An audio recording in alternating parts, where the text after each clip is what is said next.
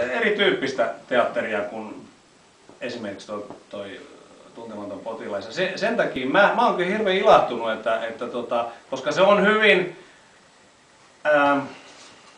että täällä ollaan näin positiivisesti otettu vastaan, koska siinä on semmosia, niin kun, mitkä voi niin kun ihmetyttää, että välähdyksenomaisia ja aika tyypittelyä, mutta kokonaisuutena mä näen tuon niin kun,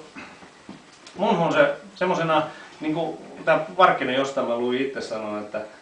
no puhelinluettelo kattaa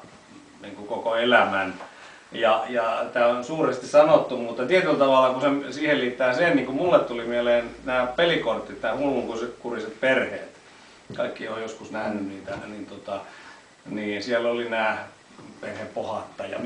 mikä nimi siinä oli ja muita, taiteilijaperhe ja muuta, niin tuossa oli jotain samaa, eli siis ei, silti tuossa on niin mun mielestä, ja se täytyy ainakin tehdä sillä tavalla, että siinä on niin kuin lämmin ote, siis varsinkin kun se tekee kesäteatteria ja nyt on Ruovesi kyseessä,